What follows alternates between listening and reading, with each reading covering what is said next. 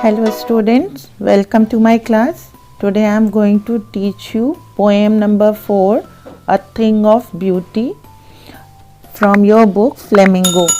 This poem is written by John Keats. John Keats was born on 1795 and died in 1821. Was a British romantic poet. He was a British romantic poet. Although trained to be a surgeon, Keats decided to devote himself wholly to poetry. ये surgeon बनना चाहते थे, लेकिन फिर इनका जो है दिमाग उसमें न जाकर पोइट्री में लग गया और इन्होंने पोइट्री लिखना शुरू कर दी. Keats' secret his power to sway and delight the readers lies primarily in his gift of perceiving the world and living his mood and aspirations in terms of language. तो इनकी जो पोएम है वो सभी को बहुत पसंद आती हैं, रीडर्स को बहुत पसंद आती हैं, और जो भी ये लिखते हैं वो वर्ल्डली लाइफ से, मतलब संसार से, नेचर से जुड़ी हुई होती हैं. उनका जो मूड होता है वो लोगों के मूड से मैच करता है, इसलिए इनकी पोइट्स बहुत पसंद की जाती हैं, और जो लैंग्वेज है वो भी बहुत ही अच्छी है.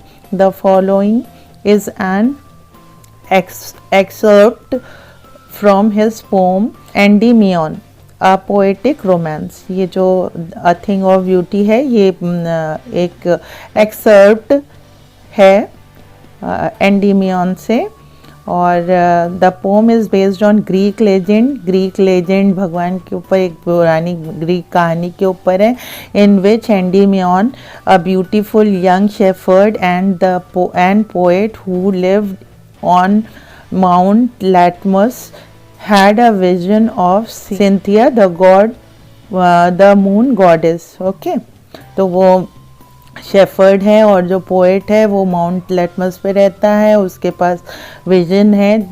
वो किसका विजन है? गॉडेस मून का. The enchant youth resolved to seek her out and so wandered away through the forest and down under the sea. वो जो ब्यूटी है उसको खोजने के लिए लोग फॉरेस्ट में जाते हैं, अंडर द सी जाते हैं. तो एक इमेजिनरी पिक्चर है कि वो इस तरीके से उसे रिप्रेजेंट करते हैं, जबकि हम जानते हैं मून जो है वो सैटेलाइट है अर्थ का, और वो सूरज की, उसकी अपने पास अपनी रोशनी नहीं होती, वो सूरज की रोशनी से चमकता है. और सभी अब रियलिटी साइंटिस्ट की वजह से हम रियलिटी जानते हैं, लेकिन मून को एक ब्यूटीफुल चीज़ बताया गया है. ऑब्वियसली दूर से देखने पे मून बहुत खूबसूरत दिखता है, पास जाने पे भले ही गड्ढे हों वो बात अलग है. आइए देखते हैं पोएम में पोएट क्या कहता है. A thing of beauty is a joy forever. Its loveliness increases. It will pass into nothingness, but will keep a bower quiet for us and a sleep full of sweet dreams and health and quiet breathing. यहाँ पर writer the poet कह रहा है, the poet is saying that a thing of beauty is Joy for ever. कोई भी जो चीज़ है, सुंदर चीज़ है, अब एक फूल को ही अगर हम ले लें, गुलाब के फूल को ही हम ले लें, तो वो थिंग ऑफ ब्यूटी है, वो देखने में इतना सुंदर है कि वो जब तक आप उसके पास रहेंगे वो आपके लिए जॉय फॉर एवर है, हमेशा के लिए. वो आपके लिए वो क्या है, इन्जॉयमेंट की चीज़ है, उसको देखकर आपको अच्छा लगेगा. It's loveliness increases. एक कली से वो धीरे धीरे खिलता है, फूल बनता है, तो उसकी जो ब्यूटी है वो डे बाय डे इंक्रीज कर जाती है. It will never pass into nothingness. और वो नथिंगनेस वो ख़त्म नहीं होगी, वो लवलीनेस तक जाती है लेकिन नथिंगनेस तक नहीं जाती है. मतलब वो जो ब्यूटी है वो कभी ख़त्म नहीं होती, नेचर की ब्यूटी कभी ख़त्म नहीं होती. But will keep a bower quiet for us. और बोअर का मतलब होता है शेडी प्लेस, मतलब एक पेड़ के नीचे जो छाँव होती है, उस तरीके से जो थिंग ऑफ ब्यूटी है वो हमें कैसे अट्रैक्ट कर रही है, एक बोअर की तरह। बोअर जैसे सूरज की गर्मी से एकदम जलता हुआ हाथ पैर हो, एकदम जल रहा हो, और एक शेडी घना पेड़ हो, उसके नीचे जब हम पहुंच जाते हैं और बैठ जाते हैं तो उसकी छाँव में, उसकी ठंडी हवा में जितना रिलैक्स फील होता है, तो ये एक क्या है, बून है, एक हमारे लिए बहुत ही अच्छा वो है कि मतलब शेड तैयार करती हैं। थिंग्स ऑफ ब्यूटी हमारे लिए एक शेड है जिसके अंडर में जाने से हमें अम्यूज़मेंट, हमें खुशी मिलती है, हमें अच्छा लगता है। फुल ऑफ स्वीट ड्रीम्स, वहाँ पर नींद आ जाती है और उस नींद में हम अच्छे अच्छे सपने देखते हैं। एंड हेल्थ, और हम हेल्दी भी रहते हैं, नेचर के कांटेक्ट में जो रहेगा वो ऑब्वियसली हेल्दी रहेगा। एंड क्वाइट ब्रीदिंग, वहाँ पर हम अच्छे से सांस भी ले सकते हैं। नेक्स्ट स्टैंजा में पढ़ते हैं, therefore on every morrow we are breathing. Breathing का मतलब बुनना होता है। Therefore on every morrow means रोज, हर रोज आने वाले कल को हम क्या करते रहते हैं, बुनते हैं। क्या बुनते हैं? A flowery band to bind us to the earth. Are we breathing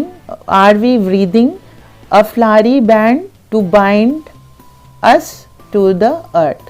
हम क्या करते हैं? Are we breathing? क्या हम बिन रहे हैं? क्या फ्लावरी बैंड को बिन रहे हैं अपने आप को अर्थ से जोड़े रखने के लिए। अब यहाँ पर देखिए, therefore on every more tomorrow, are we breathing पूछा गया है। Are we breathing flowery band to connect our self with the earth. In spite, यहाँ पे in spite of despondence, in spite of despondence means depressed of the inhuman death of noble natures of the gloomy days. कहते हैं कि इन spite of क्या है, ये संसार जो है डिप्रेस्ड है, हर आदमी डिप्रेशन में है और चारों तरफ सैडनेस है, लोभ है, लालच भरे लोग हैं, इनह्यूमैनिटी है, ह्यूमैनिटी नहीं रह गई है, अच्छाई इंसानियत नहीं रह गई है, हिंसा हो गई है, लोग एक दूसरे को मतलब गलत उससे देखते हैं, गलत करते हैं, नहीं नोबल लोग नहीं रह गए, अच्छे लोग नहीं रह गए, बहुत कम अच्छे लोग रह गए हैं। ऐसे में हम मतलब कैसे खुश रह सकते हैं? सिर्फ नेचर के द्वारा, उस गॉड के द्वारा दिए हुए गिफ्ट्स के थ्रू हम खुश रह सकते हैं, क्योंकि लालच, लोभ और अहंकार, ईगो बहुत ज़्यादा हो गया है। Cruel persons are more than noble persons, तो it is very difficult to live in this world. वो यहाँ रहना बहुत मुश्किल हो जा रहा है, बहुत कठिन हो जा रहा है। तो ये बहुत ज़रूरी है कि हम नेचर के साथ बॉन्डिंग बनाकर रखें, और तभी हम सैड डेज से बाहर निकल पाएंगे, इन ग्लूमी डेज से बाहर निकल पाएंगे, इन अनहेल्दी पीपल से बाहर निकल पाएंगे। Of all the unhealthy and और dark and ways made for our searching, yes in spite of all some shape of beauty moves away the pole। अब यहाँ पर जो राइटर हैं वो कह रहे हैं कि हाँ, हमें अनहेल्दी से हेल्दी की तरफ जाना चाहिए, डार्कनेस के साइड से ब्राइटनेस की साइड में जाना चाहिए। मेड फॉर आवर सर्चिंग, और हमें अच्छी चीज़ों की खोज करनी चाहिए, ना कि इन सारी चीज़ों की खोज। और in spite of all these drawbacks, all these evils, some shapes of beauty moves away pall means continuation, मतलब हमेशा वो करती रहती हैं। ऑल को रिदमिक बनाने के लिए पॉल कर दिया गया है।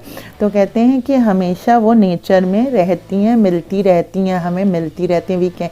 We always keep on getting some beautiful things from the nature God keep on giving from our dark spirits. Obviously dark spirits क्या कहा जा रहा है? बुरी आत्मा, जो हमारी अंदर, जो हम लोग एक दूसरे के लिए गंदगी रखते हैं, सोच में गंदगी रखते हैं, वो फ्रॉम आवर डार्क स्पिरिट सच। यहाँ पर फुल स्टॉप है, तो यहाँ हम आपको समझा देना चाहते हैं कि poet is saying that nature is providing us some beautiful things so that we can come out from our dark spirit. जो हमारे अंदर गंदगी है उससे हम बाहर आ जाएं। नेचर हमें हमेशा यही सिखाता है, जो नेचर गॉड है हमेशा यही सिखाता है। अब द थिंग ऑफ ब्यूटीज़ हैं क्या, वो कैसी हैं, आइए देखते हैं। Such the sun, the moon, tree old and young sprouting a shady boon from simple sheep and search of daffodils with the green world they live in and clear rills that for themselves a cooling convert make giants the hot season the mid frost break। सबसे पहला है सन जो है रोज़ उगता है, brightness लाता है, सारी दुनिया को रोशन करता है और यही मैसेज देता है कि हमें भी उसकी तरह रोशनी फैलानी है, हैप्पीनेस फैलानी है। Same with moon comes and give us teaching that चाहे कितना भी ग्लूमी डे हो, चाहे कितने भी डार्कनेस हो, हमें चमकना है। द ट्रीज़, चाहे वो ओल्ड हो चाहे वो यंग हो, वो क्या करती हैं? शेड प्रोवाइड करती हैं, हवा देती हैं, ऑक्सीजन प्रोवाइड करती हैं। स्प्राउटिंग अ शेडी बून, ये सारी चीज़ें क्या कर रही हैं? स्प्राउट कर रही हैं। जैसे अंकुरित होता है, देना होता है। स्प्राउटिंग का मतलब they are giving us as a boon, they have, nature has given these things to us as a boon. It's not for only human being, it is for the animals, to all the living beings, for all the living beings, for simple sheep, even for a simple sheep, sheep के लिए भी है ये, common people से हर इंसान के लिए ये सारी चीज़ें हैं। और भी बहुत सारी चीज़ें हैं जो things of beauty हैं। एंड सच आर डेफोडिल्स बहुत सुंदर पीले पीले कलर के फूल्स होते हैं, बहुत सुंदर होते हैं। तो जब आप ऐसे फूलों के खेत में चले जाते हैं तो आप मतलब खुद के दुख दर्द को भूल जाते हैं, इतने सुंदर वो लगते हैं कि आप उसको देख के मुस्कुराते हैं, हंसते हैं, वो उनकी महक में खो जाते हैं, उनकी सुंदरता में खो जाते हैं, आपके दिमाग में कोई भी चीज़ नहीं आती। इसलिए इन्हें थिंग्स ऑफ ब्यूटी कहा गया है। With the green world they live in, और ये ग्रीन वर्ल्ड क्या है? फॉरेस्ट है, नेचर है, और उसमें ये रहते हैं। एंड क्लियर रिल्स मतलब रिल्स का मतलब होता है स्मॉल स्ट्रीम, मतलब पतले पतले झरने और नदियाँ, पतली पतली नदियाँ।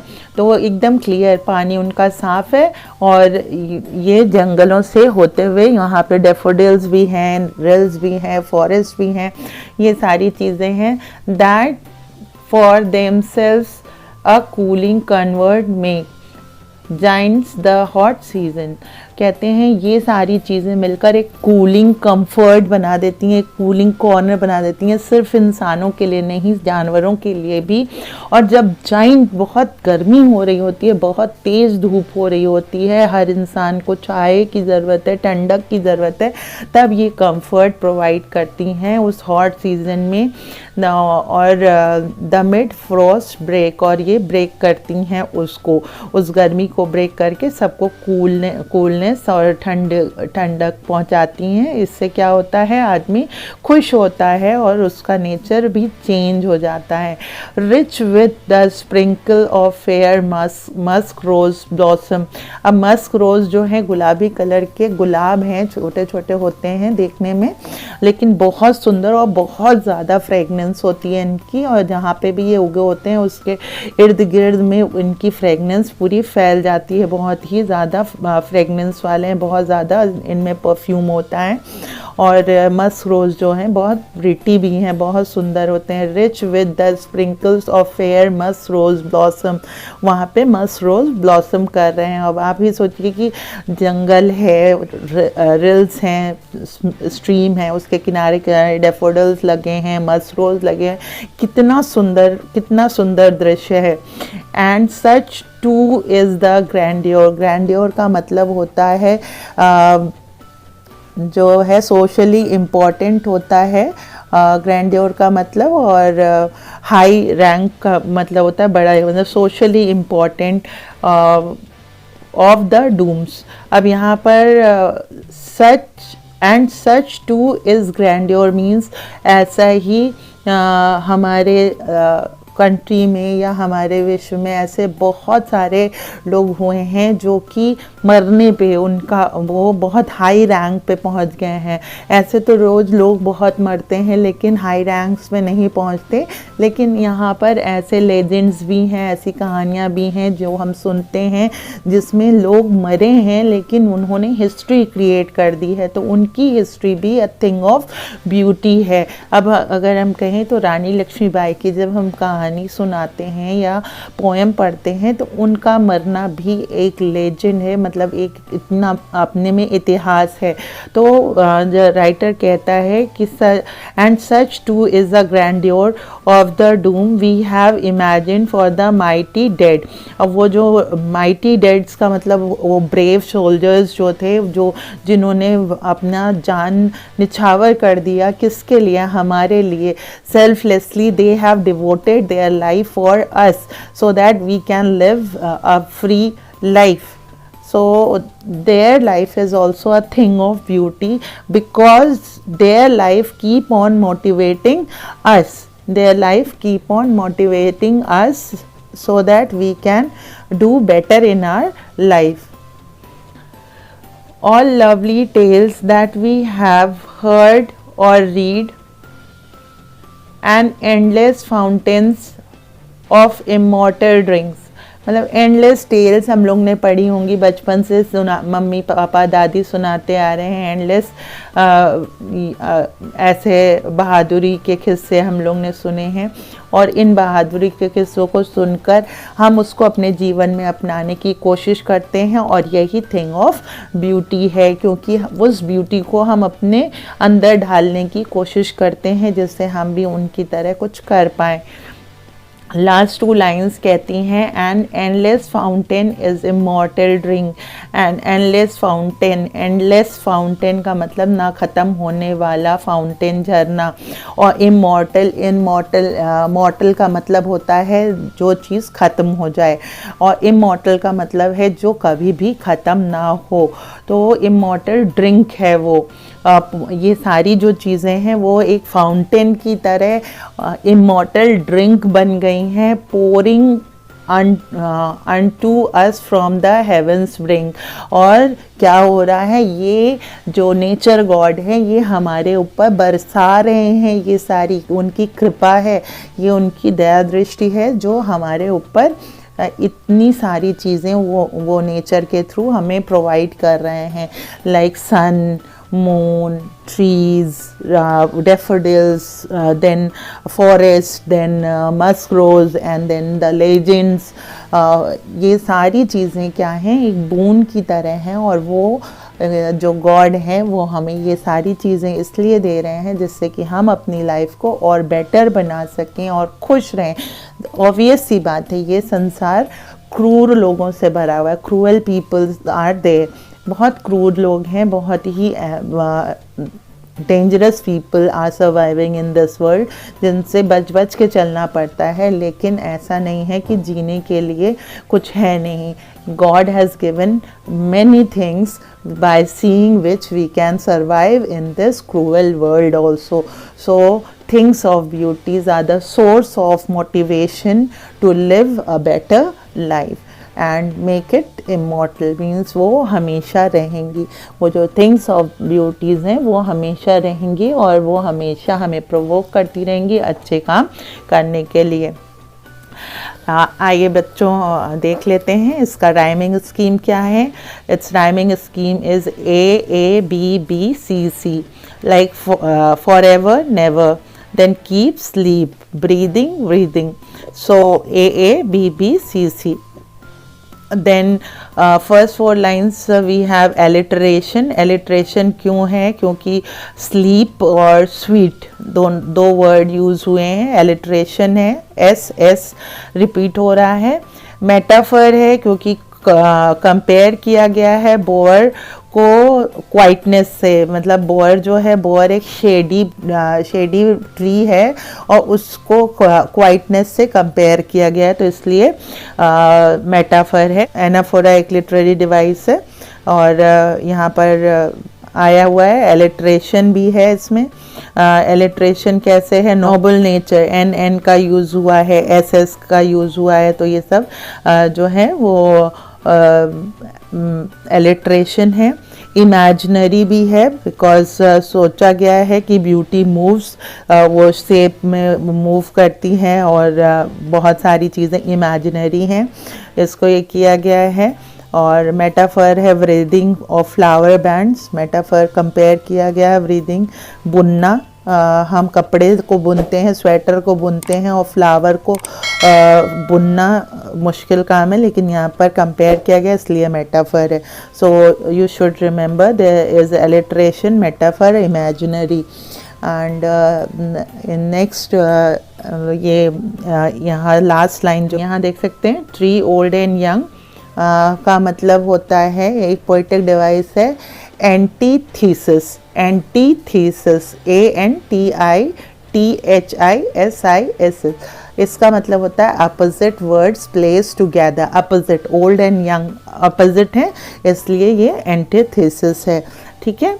और फिर आ जाता है आपका इमॉर्टल ड्रिंक। यहाँ पे भी इमॉर्टल ड्रिंक जो है, अब ड्रिंक इमॉर्टल कैसे हो सकता है? ड्रिंक ख़त्म हो जाता है और इमॉर्टल ये क्या है? कंपेयर किया गया है, तो वहाँ पे भी मेटाफर है। सो यहाँ पर कुछ लिटरेरी डिवाइस मैंने बताई है, उसको ध्यान से आप ये करिएगा और इसको अच्छे से पढ़िए। बहुत अच्छी पोम है, a thing of beauty, written by John Keats. Hope you have understood.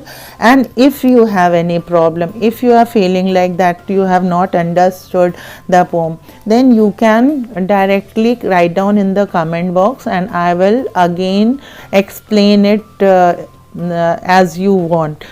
So without hesitation you can tell me that ma'am, I was unable to understand. I will help you out. So don't keep yourself in the dark stage कि नहीं समझ में आया तो नहीं समझ में आया, कोई बात नहीं, ऐसा नहीं है। आपको कोई भी कन्फ्यूजन हो आप कमेंट बॉक्स में लिख सकते हैं। So keep on reading, keep on enhancing your knowledge, stay healthy, stay safe. Thank you.